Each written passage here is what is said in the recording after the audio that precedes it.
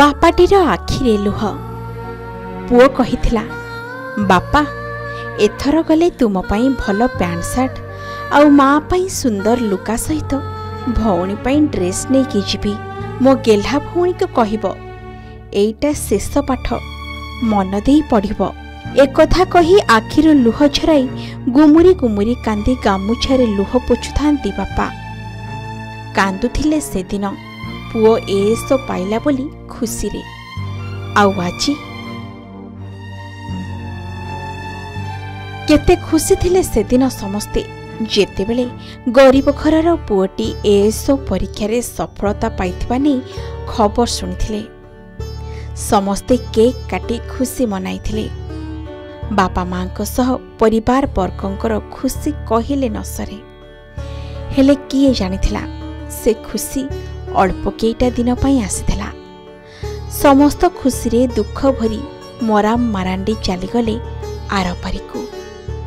हाँ दर्शक बंधु, एएसओ मराम मारांडी एते बड़ भेंडिया पुओ केते बड़ पोस्ट रे चाकरी पाइथिले, किंतु कौन हैला जीवन हारिबा को पछाइले नहीं। माछी को मर बोली कहिबा पुओ नुहे से। तेबे आजी बापा माँ को मुंडरे वज्र चोटक पड़िला भली दुख मुंडेई देई मझी नई रे भसाई देई चलीगले। तेबे किए मराम, काहींकि एमिति दुर्बुद्धि जुटिला तांकु? आसंतु जानिबा। परिवार लोकंको ठारू जहा सूचना पाइलु कि मराम मयूरभंज जिलार एक उपांत अंचलर पुओ छुआटी बेलू परिश्रम करी निजको मेधावी करने सहित दुई भौणी को पाठ पढ़ाती निज रोजगार रे। जमीरे पनीपरिबा फसल करी सेथिरु उत्पादित फल परिबा नहीं बजार रे बिक्री करुथिले। सेथिरु जहा रोजगार हेउथिला सेथिरे भाई भौणी पढ़िबा सहित निजे पढ़ी परीक्षा देथिले। गला 5 मास हेला एएसओ पोस्ट रे थिले। एएसओ चाकरी पाई ओडिशा स्टील एवं माइंस विभाग रे कार्यरत थिले। एई मासे तले रज छुट्टी रे घर को जाई मौज मजलिस करी पुणी कर्मक्षेत्र को फेरी आसथिले। हेले गतकाली जेतेबेले घर लोक फोन करथिले फोन बंद आसथिला, जहा फल रे घर लोक तांकर एक सांग को पचारिथिले। सांग जाई देखिला बेलकु मरामकर आउ जीवन नथिला। तेबे एहा पछरे कारण कोन? काहेकि जने एएसओ जीवन हारिले? एसबुर प्रकृत तथ्य पुलिस तदंत पर सामना को आसीबो।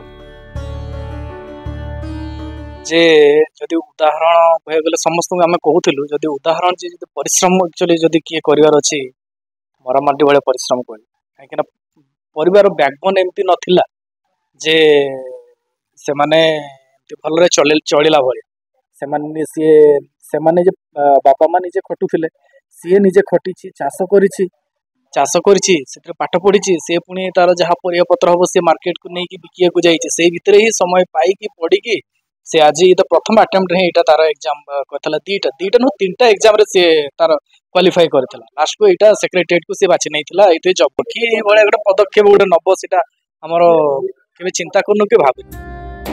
एपटे वर्तमान पाई पुलिस एक अपमृत्यु मामला रुजु करी तदंत जारी रखिछि। मराम मारांडींकर मृत शरीर को व्यवच्छेद करी परिवार लोकों को हस्तांतर करा जायछि।